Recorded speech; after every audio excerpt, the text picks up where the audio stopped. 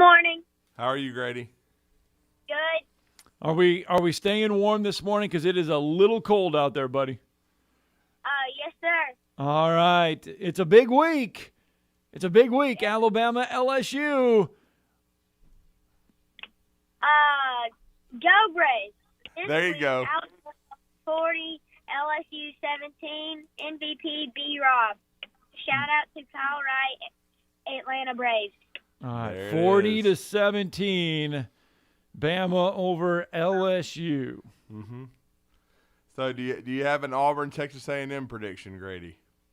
No, sir. Okay. But Texas A&M's gonna win. All right, so you're just doing one game this week? Just one. Yes. Oh, you sound disappointed though that you're only doing one game. Nah. No, he was up late. Grady, did you stay up late to watch the Braves win? Yes, but I fell asleep in the 8th inning. Oh, you can only make it to the 8th inning. They need to start these games earlier just for you. You are a reason they need to start the games earlier, right? Yes. All right. So, speaking of games, as the flag football season wrapped up, Grady, Yes, sir. how did you guys finish up? We won against the Falcons again, so we only won 2 games this season. Well, hey, that's all right. At least you won 2, right? Yes, better than nothing. That's right. But the real question is, though, did you have fun? Yes. That is what matters, right? And now, and you're a multi-sport athlete, Grady. What's next?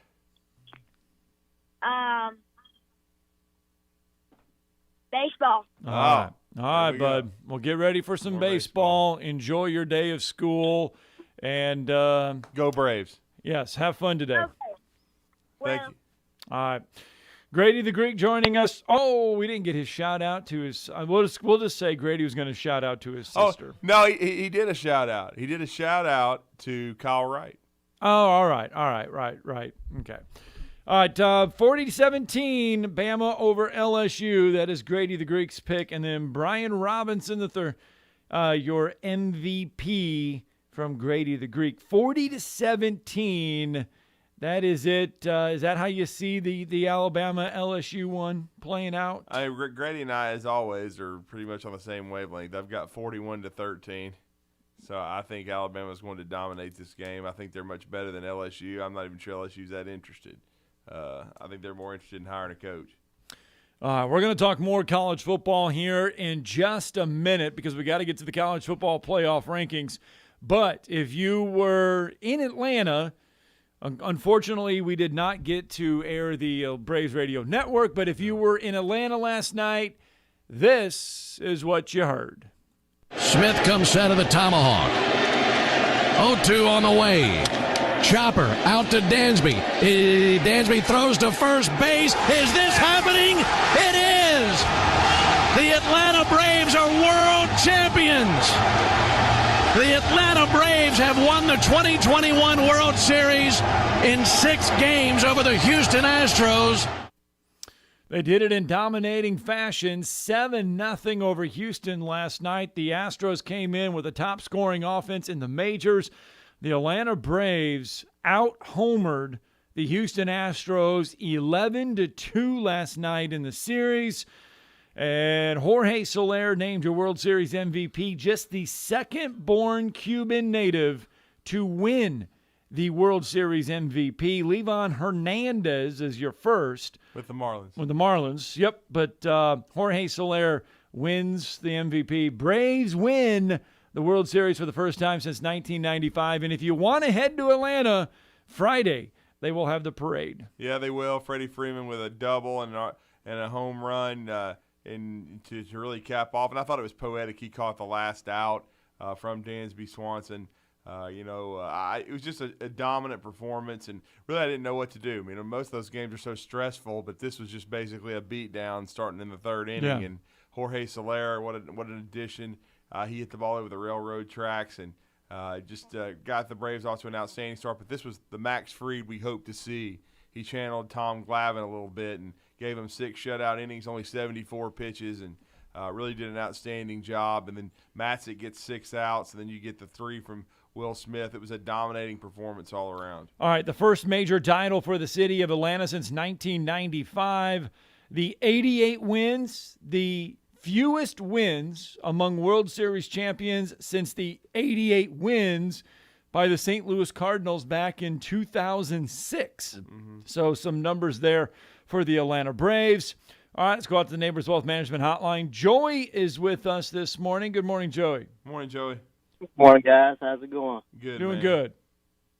We got them last night, didn't we? Oh, yeah. You know, was you watching that game? Was you still nervous saying, all right, when are they going to start messing up? Because, you know, being a Braves fan, like, since I was growing up, you've seen them, like, what is it? They made it 14 years in a row and they won their division 14 years in a row and only had one series to show for it. So in the back of my mind, I was like, man, you need some more runs. I was in the eighth inning, like, get two more, and I feel a little bit better. Well, I felt fine because, and I'll just say this, John Smoltz has become one of the best color guys he's great. in the game of baseball. When he sat there and said, I think it was the third inning or second inning, and the Braves are up 3-0, and he said this game, he goes, it's going to come down to pitching, and he goes, it's going to be remembered for the pitching and the series and everything. And when the Houston Astros decided to turn it into a bullpen game and go, I think 7 pitchers by the 5th inning, I was like, it's done. Well, I mean, it's over because they just could not get anybody. I hate that part of baseball. I really do. But at that point, I thought this is over. Well, the problem is, again, Garcia was on 3 days rest, and as soon as he gave up the 3-run homer, it changed everything for Dusty. If he had continued to put up zeros, he would have stayed in, but he had to reconfigure his bullpen, and so and that's just the kind of the way it went. Fried had the longest start of any starting pitcher in the whole series last night, going 6 innings. So it was a bullpen series, really, and so that's the way it had to go. But as soon as Soler hit the home run, and then really I felt good when Dansby hit the 2-run bomb. When they went up 5-0 this time, right? I know they blew a 4-0 lead, but I was like, they ain't not this time, man. They're not blowing 5. They're not. It's not. And I was like, they're going to keep adding too, and because they had gotten deep into the Astros bullpen. Those guys, a lot of these guys we saw had thrown, in almost every game in the series. It's not like you're not reinventing the wheel here. All it was just, continuing to put up zeros if you're Atlanta, and you were going to cruise to the win. And by the 7th inning, I just felt really good about it. Matzik was nails like he was the entire postseason.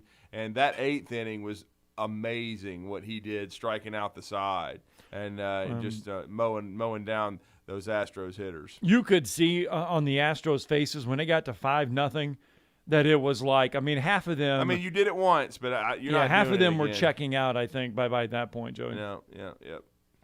Yeah, Fried looked night and day from his last 2 starts. He looked really focused last night, and I don't know about you guys, but he was working super fast last night. He would just strike after strike. He was just after him. Well, I'll just tell you this, Joey, before we go. When he got his ankle stepped on, I was worried. I was like, "Are you kidding me? Is this another major injury like with Charlie Morton?" But basically, he pitched pissed off the rest of the game. And when he mowed those 3 guys down and got out of the inning, I was like, "Let's go." And I texted someone and I said, "Yeah, go ahead, pitch pissed off. That's what you got to do." And then he was just in a zone the rest of the game. Speaking of that, that's an out there that the Braves had they challenged. Oh, they yeah. would have gotten I was me shocked out. they didn't appeal. As far as to throw it and then go over there, somebody tag the bag or whatever. Well, Fried had tagged the bag inadvertently just by his glove coming through. I was shocked they didn't appeal, review something. Because nobody touched the bag there. Nobody at all. You're right. All right, guys. Well, y'all have a good morning. Thank you, thanks, Joey. Yeah, Joey. That was good. It was good. It was good to see the Atlanta Braves get a win. Like I said, the first major title since 1995. We all know the Falcons had their chance in that streak, Lieutenant but Dan they brought could not. that up because I had forgotten that it was in Houston, and and Dansby Swanson was actually at the game, and so that's he mentioned that last night. That's just a bad memory I didn't want to have to come up with at all. So. But we do have our first guest of the show today on the Neighbors Wealth Management Hotline. He was the longtime assistant and head football coach of the Huntsville Crimson Panthers. and we had a loss yesterday in our community that just really stung. It really kind of put a damper on me for most of the day because I had an honor of doing all of his games basically at Huntsville High nearly for 3 seasons with Todd Blass and Cliff Pate. We brought you Huntsville Crimson Panther football, and that's the loss of Grant Hill, who to me is probably of my time. I go back to 1988 going forward, but he's as dominant as any offensive lineman I've ever seen in the city and was a great young man, and we lost him much too soon yesterday.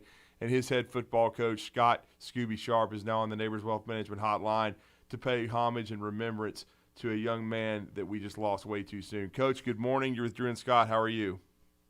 I'm doing fine, guys. Good to be on. Yeah, thank you, Coach. I know it's a difficult time. It was a difficult one for you and your family. Coach David Sharp as well, who knew him very well when he was a student athlete at Huntsville High. But it's very, very sad when you lose someone like this at this young of an age, Coach.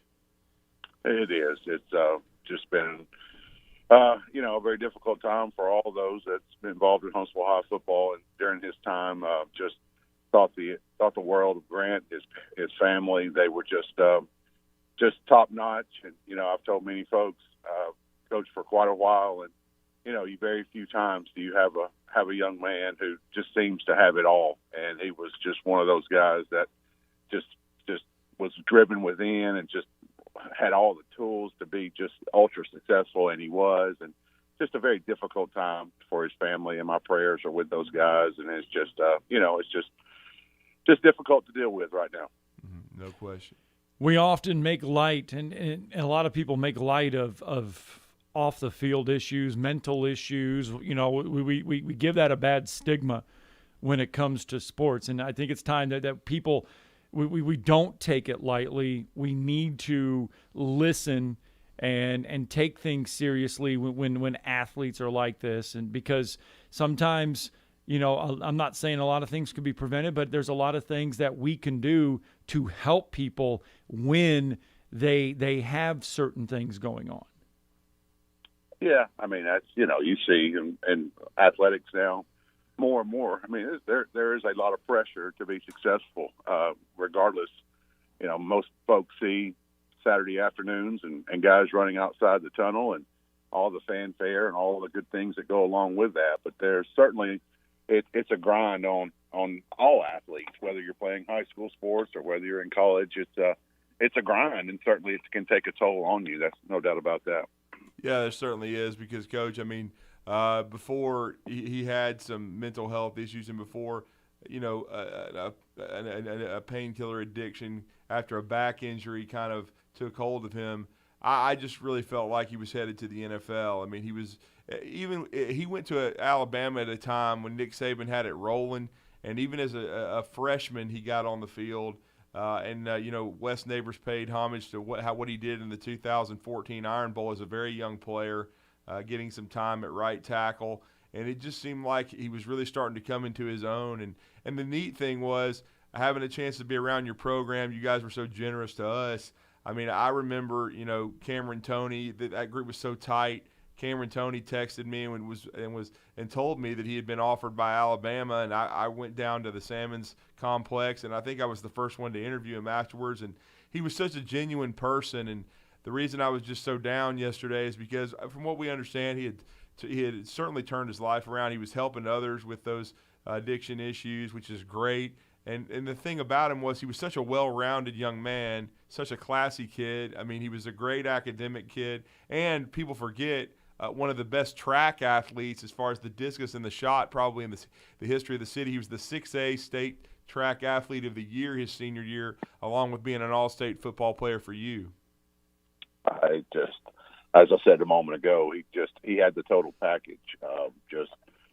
He had the size, he had the strength, he had the mental capabilities. He had an outstanding work ethic. Everything that he did was full speed ahead. He didn't know half speed.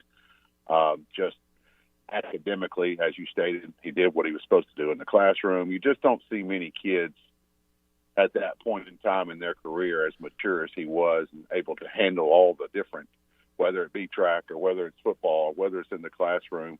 He was able to handle anything that was thrown at him, and he just exemplified just what you would want in a student athlete, and just had all the capabilities and possessed it all, and just was a dominant football player for us, no question about it. As being an offensive line coach and being able to coach him, I haven't, by far the best that I've ever coached. I'm not sure he's probably not the best that I've ever seen at the high school level. We were very predictable probably on offense. There was a reason for that, because him and along with the other guys that were around him at that time, it didn't matter. We're running right behind Grant, and do what you want to, but you're not going to stop it most of the time. So he was just a phenomenal young man, and certainly is just going to be missed tremendously. He is, and Coach, I couldn't help but reminisce. I started thinking of all the broadcasts and the ball games, and I remember, a couple of times, but especially the playoff game at Florence in the first round, and where you talk about predictable, but I think Huntsville High rushed for 450 yards that night, and that was a talented Florence squad coached by Jamie Dubose, who's now at Lowndes County and of course in Georgia. But that was a memorable night where Huntsville High won a playoff game and just dominated the line of scrimmage many times running behind a guy like Grant Hill. Yeah, and you're right, Drew. When I think about the years that I've coached, I think that game probably stands out probably more than any other. I think we had three different rushers that rushed for over 100 yards that night, and certainly Grant and the others along the offensive line. It was a team effort, but certainly the focal point on our offensive line was Big 64. There's no question about that. And he just once he engaged someone on the line of scrimmage, it was over. And for him to be able to take that to the next level and play at the highest level at Alabama and step in and play as a true freshman just shows, you don't do that at Alabama. You really don't as an offensive lineman. So he was just unbelievably prepared and worked extremely hard to be able to get to that level. Mm-hmm. No doubt about it. And Coach, we also want to congratulate you on your career. I mean, I know you're still coaching softball at Madison County High School, but we certainly appreciate what you did for Huntsville High as both an assistant and as the head coach. And you did great things at Madison County High School in your run there as well. And I know Grant was a big part of that. And the cool thing is seeing all the outpouring from his teammates that really loved him. I mean, we saw Cameron Toney's testimony. I saw some from Deontay Moore, who was one of those 100-yard rushers in that game against Florence. He obviously had a positive influence on a lot of people, and he's really going to be missed, Coach. He is. And I think back to my time at Huntsville High and how blessed I was to be able to be there and be around those type of young men and the parental support. It was just a great time, and you have a hard time appreciating it when you're in the moment there, but when you step back and you reflect about the impact that those guys had on my life, including Grant. And I remember we were able to go to the Under Armour All-American game with Grant down in Orlando. I was able to play in that. My family was able to go. His family was able to go. Just a great memory that I have with him during that time as well. And a lot of doors were open because of him and what he did for that program, and a lot of great publicity was put for that program. So just an outstanding young man, and I just can't say enough great things about him. Yeah, we're definitely going to miss him. Prayers to him and his family. Great people. I loved being around them, and especially Grant. Such an introspective young man, but then a great player as well. And, again, some of my favorite memories, bringing the audience Crimson Panther football and so many great wins. And being a part of that program, and then doing it once again this year. So it's been fun. But Coach, we know you're busy today, and you've got class very soon at Madison County High School. But we appreciate the few minutes. We just wanted to pay homage. Grant Hill, gone too soon at 26 years old, but he will never be forgotten. His impact and legacy will always live around Huntsville High and for football in this area, and as a person as well. But we thank you, and again, continued success, and we'll talk to you soon, I'm sure. All right, thank you, guys. Appreciate you having me on. Let's get a break in. When we come back, more Talking Ball on 97.7 ESPN, The Zone.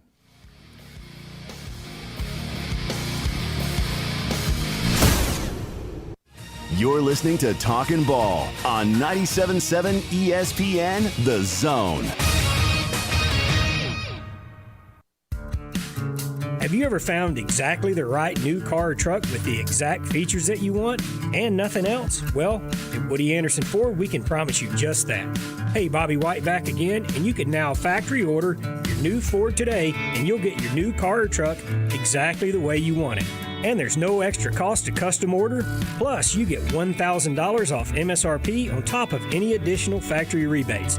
This applies to 2021 F-150, Explorer, Ranger, and Expedition. It's a win-win with a custom order at Woody Anderson Ford. You get the colors, the features, and the options that fit your life. Plus, you get notified when it's built, shipped, and ready to deliver. Listen, buying a new car or truck is likely the second largest investment you'll ever make. So why settle? Get exactly what you want with a custom factory order today. And get $1,000 off MSRP. See how at WoodyAndersonFord.com or at the corner of Jordan Lane and Sparkman Drive. Hope to see you soon. Tom Abraham here for my friend Brian Hamaker and his team at North Alabama Mortgage. Look, buying a home is the biggest purchase you will make in your life, and it can be a bit intimidating, so you want people that can help walk you through the mortgage process and get you the best deal possible. That's what North Alabama Mortgage does, and they do it in Alabama, Tennessee, and Florida, from first-time purchases to refis, conventional, VA, FHA, and USDA loans. They have the solution at North Alabama Mortgage. Visit NorthAlabamaMortgage.com to learn more. That's NorthAlabamaMortgage.com. Want to learn a new language so it will actually stick? Try Babbel. Practice real-life conversations in the Babbel app. ¿Cómo te llamas? ¿Cómo te llamas? Get personalized help in Babbel's live online classes. Classes are limited to 6 people, so everyone can get the help they need. Review words and phrases with fun games, or dive into the culture with short videos. Whatever your learning style, Babbel gives you the tools you need. Babbel, more ways to learn. Now try Babbel free at Babbel.com. That's Babbel.com. When you call most roofing companies, all you'll hear is, you need a new roof. Not when you call Fleming. At Fleming Roofing and Restoration, we're focused on your needs, whether it's an easy repair or a full roof replacement. Folks around here have trusted Fleming since 1965 for all their residential and commercial roofing needs. And as the area's storm damage experts, Fleming knows all the ins and outs of the insurance claims process. Log on FlemingHSV.com to schedule your free estimate today. Fleming Roofing and Restoration. We show up. Happy holidays don't just happen on their own.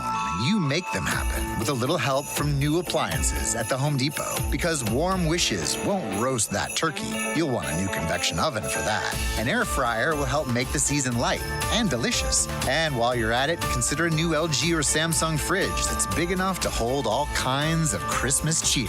Make the holidays yours with the season's best savings on top appliances at the Home Depot.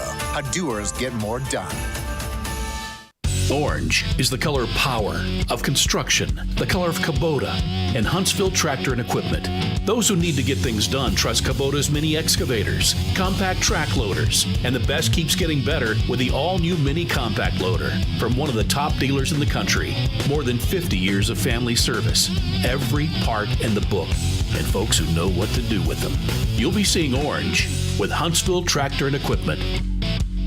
Come on, let's go to work. There are now 3 different accidents eastbound on 565 as you approach Greenbrier. One of them is reported as an injury type, but that whole area is going to basically stop till they get all of this untangled. That's 565 eastbound around mile marker 2. You get 3 pieces of the crispy tender chicken and a buttermilk biscuit for $4.99 at Popeyes. University in Jordan, 72 in Jeff and North Parkway. Captain Nick in the Popeyes Skywatch Traffic Center. This is Eli Gold of the Crimson Tide Sports Network. From Nick Saban to Nate Oates. Listen to the Crimson Tide Sports Network all season long on 97.7 ESPN The Zone. The Alabama Crimson Tide. Gentlemen, that's your trophy. This is Paul Feinbaum. Listen to me coming up today at 2. Now back to Talking Ball with Scott Theisen and Drew DeArmond on 97.7 ESPN The Zone.